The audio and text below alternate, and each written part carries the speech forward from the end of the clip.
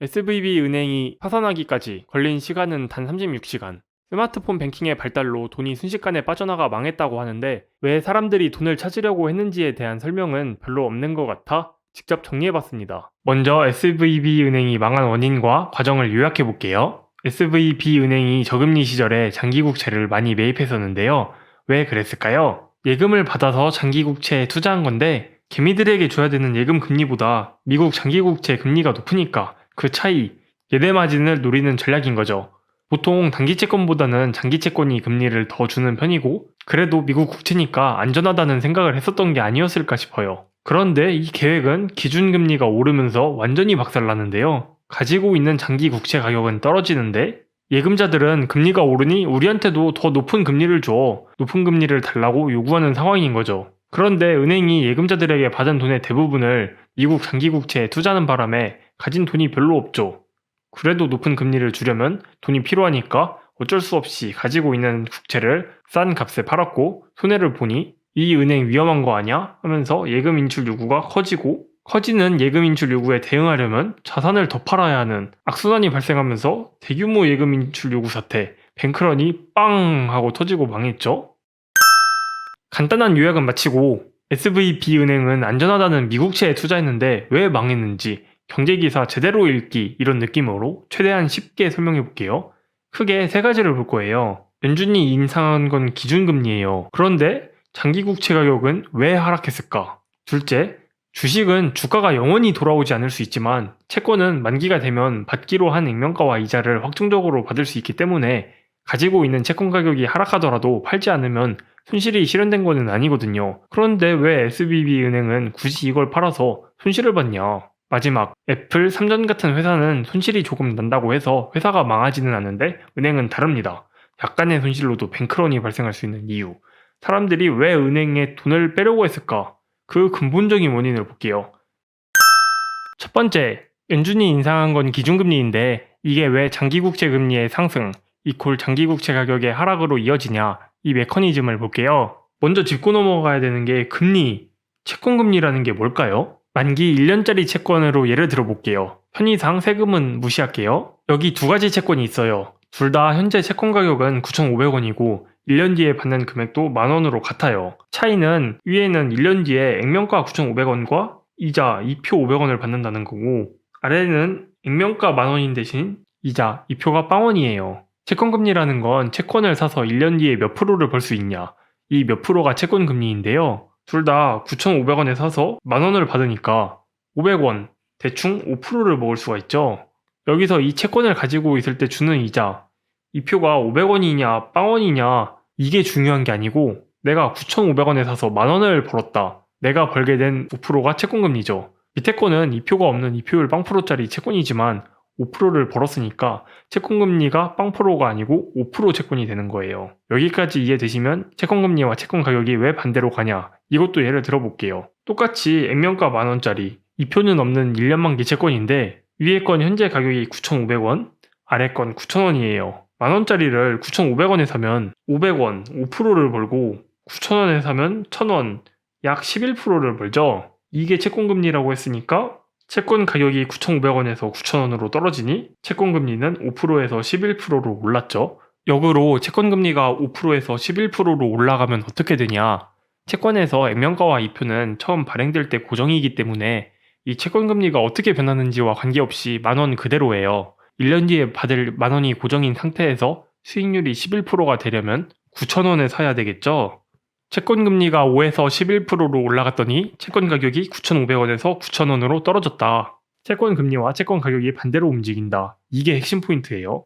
채권금리에 대해 조금 더 자세한 설명 원하시는 분들을 위해 재생 목록 띄워드렸어요. 다음, 연준이 인상한 것은 기준금리, 초단기 금리예요. 기준금리는 우리나라는 7일, 미국은 고작 1일짜리 채권금리거든요. 그런데 SVB은행이 가지고 있던 채권은 장기채권이었어요. 기준금리와 같은 단기금리 인상이 장기금리와 어떤 관계가 있을까요? 예를 들어 2년 동안 투자를 할 때 1년짜리 채권을 2번 사는 방법과 2년짜리 채권을 1번 사는 방법을 비교해 볼게요.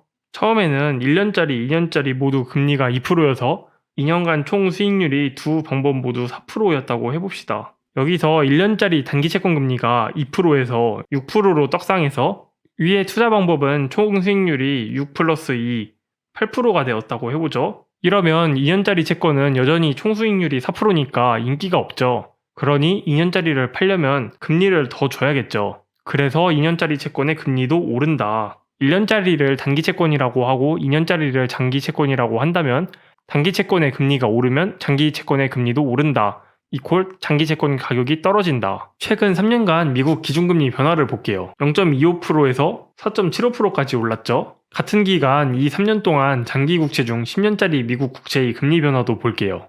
0.5%에서 4%까지 뛰었죠.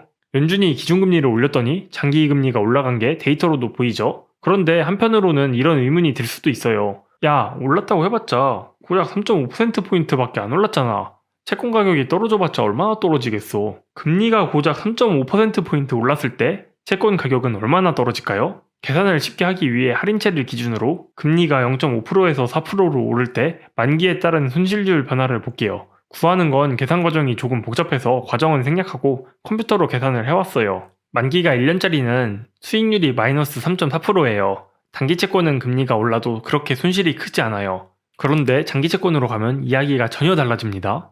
10년짜리는 금리는 고작 3.5%포인트가 올랐을 뿐인데 무려 마이너스 29%, 약 3분의 1이 날라가죠. 30년짜리는 무려 마이너스 64%, 어마어마한 손실이 발생했죠. 채권이라는 이름만 가리면 계잡주 주식이나 어디 듣도 보도 못한 코인 수익률 같은데 안전하다는 미국 국채, 채무불이행 같은 위험은 없다고 가정한 거예요. 그런데도 약간의 금리 상승에 이런 어마어마한 손실이 발생한다. 할인채를 예시로 했는데 할인채가 아니라 이표채여도 이 결과에서 크게 달라지지 않아요. 그래서 기준금리를 인상했는데 장기채권 가격이 하락한 이유 정리하면 연준이 기준금리를 올리면 장기채권 금리도 오른다. 이퀄 장기채권 가격이 하락했다. 그리고 장기채권은 금리가 조금만 올라도 가격이 폭락한다. 두 번째, 장기채권 가격이 하락했어도 이 손해는 실현된 게 아니에요. 주식이 떡락하면 영원히 그 가격이 오지 않은 채로 상장 폐지될 수도 있는데 채권은 가격이 떡락해도 그냥 들고 있으면 만기가 되면 액면가와 이표는 받는 구조거든요. 그런데 왜 SVB는 하락한 장기국채를 그냥 들고 있지 굳이 팔아서 손실을 실현한 걸까요? 바로 만기불일치에 문제가 있었기 때문이에요. 예금자들이 은행에 돈을 넣을 때는 만기가 짧아요. 그냥 입출금이 자유로운 상품도 있고 5년짜리 예적금을 가입한다고 해도 이자만 조금 손해보면 여차하면 언제든지 깰 수 있죠. 그런데 은행이 이 돈으로 미국 장기국채를 살 때는 이야기가 전혀 달라져요. 10년짜리 국채를 샀다? 이거 깨고 싶다고 깰 수가 있나요? 바이든님 찾아가면 돈 돌려주나요? 그렇지가 않아요. 그러면 어떻게 해야 하냐? 채권 시장에 내다 팔아야 하는데 문제는 이때 적금 깨는 것처럼 이자 몇 푼 손해보고 팔 수 있는 게 아니라는 거예요.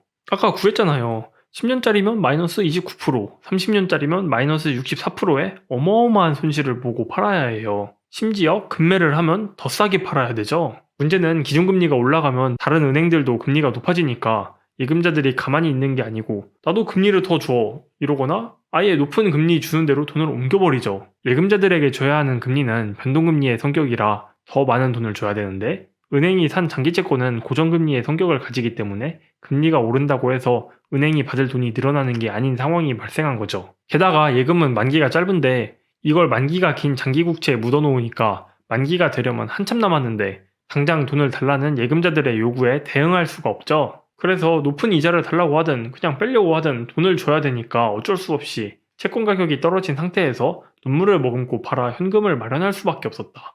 실현되지 않는 손실이 실현돼 버린 거죠. 제가 이전 영상에서도 강조했던 거지만 장기채권은 이런 문제 때문에 미국 국채여도 절대 안전자산이 아닙니다. 조심하셔야 돼요.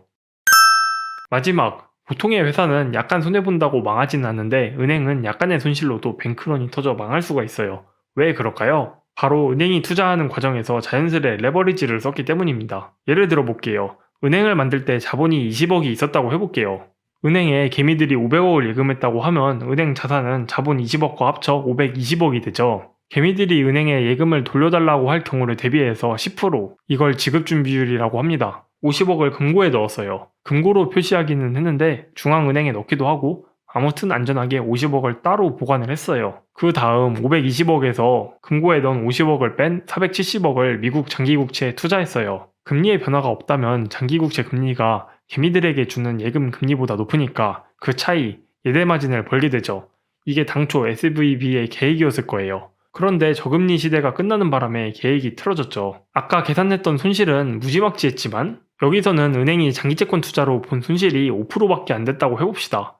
고작 5%의 손실에 어떤 일이 발생할까요? 은행은 자본 20억만 미국 장기국채를 산 게 아니고 개미들 예금으로 레버리지를 땡긴 거라서 470억의 5%인 23억이 날아가면 순식간에 자본 20억을 다 까먹고도 3억 5천을 손해보죠. 더 큰 문제는 남은 446.5억과 금고에 있는 돈 50억을 합쳐도 496.5억, 예금자들이 예금한 500억이 안 되죠. 그러면 먼저 돈을 찾으러 오는 애들은 문제가 없지만 가장 마지막에 찾으러 온 3.5억은 고객님 죄송합니다. 은행에 남은 돈이 없네요? 하는 거죠. 증발하는 거예요. 이걸 예금자들이 알게 되면 어떻게 생각할까요? 내 돈이 마지막 3.5억이 되면 못 받게 되는 걸 아니까 빨리 은행에서 돈 빼야죠. 고작 5%의 손실에도 불구하고 자본을 모두 까먹고 은행이 지급불능에 빠져버린 거예요. 그 뒤는 여러분이 잘 아시는 뱅크런 엔딩이죠. 여담으로 망하는 은행에 공통점이 있어요. 항상 망하기 직전까지 우리는 안전하다라고 하는 거죠. 여기서 제가 1월달에 뱅크런 설명하면서 올렸던 영상 PPT 재탕할게요. 2달 전 영상에서 그대로 가져왔어요. SVB 은행 망하기 한참 전이었죠? 로고만 바꿔볼게요. 우리는 안전해요. SVB뿐만 아니라 모든 은행은 망하기 직전에도 이렇게 말할 수밖에 없습니다. 은행이 안전한지 아닌지 은행에 물어봐도 안전하다고 하기 때문에 일반 사람들은 알 방법이 없어요. 그래서 제가 예전에도 강조했던 거긴 하지만 요새 같은 시기에는 예금자 보호가 되는 범위 내에서 해야 된다. 은행 망하는 거 순식간이다. SVB 은행 고작 이틀도 안 돼서 망했죠. 스마트폰 뱅킹이 발달하면서 돈 찾으러 은행 갈 필요도 없어요. 이거 망하는 소문 들리면 대응해야지? 절대 안 됩니다. 그 전에 끝나요? 불가능해요. 여담은 이 정도로 하고 SVB 은행이 어떻게 파산하게 되었는지 주요 과정만 요약해서 살펴봤는데요. 제가 오늘 설명드린 내용을 이해하시고 경제뉴스를 보신다면 분명 많은 도움이 되실 거라고 생각합니다. 시청해주셔서 감사합니다. 좋아요, 구독, 알림 설정 부탁드려요. 감사합니다.